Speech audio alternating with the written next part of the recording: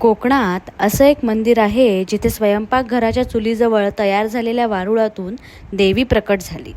नमस्कार मंडळी, आज आपण भेट देणार आहोत कुडाळ तालुक्यातील पावशी येथील सातेरी देवीच्या मंदिराला. सुमारे 500 वर्षापूर्वी पावशी गावात महाडेश्वर कुटुंब राहत होतं. त्यांच्या घराच्या चुलीजवळ वारंवार एक वारूळ तयार होत असे. ते कितीही वेळा नष्ट केलं तरी ते पुन्हा तयार व्हायचं.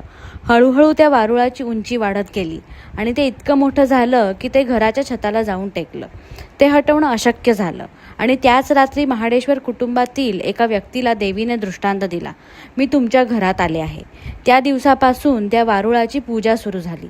आज त्या ठिकाणी कोकणी स्थापत्यशैलीत बांधलेलं दुमजली सुंदर मंदिर उभं आहे. अर्धखुला सभामंडप, नक्षीदार दगडी स्तंभ आणि कौलारू छत मंदिराच्या प्राचीनत्वाची साक्ष देतात. गर्भगृहात प्रवेश करताच समोर दिसतं ते भव्य वारूळ. सुमारे 15 फूट उंच असलेलं हे वारूळ मंदिराच्या छताला टेकलेलं आहे. वारुळाभोवती ओटा असून समोर सातेरी मातेची नथ आणि मुकुट असलेली मूर्ती विराजमान आहे.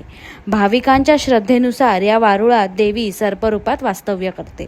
नवसाला पावणाऱ्या या सातेरी माऊलीच्या मंदिराला तुम्हीही नक्की भेट द्या. अशाच कोकणातील अद्भुत ठिकाणांसाठी आम्हाला फॉलो करायला विसरू नका.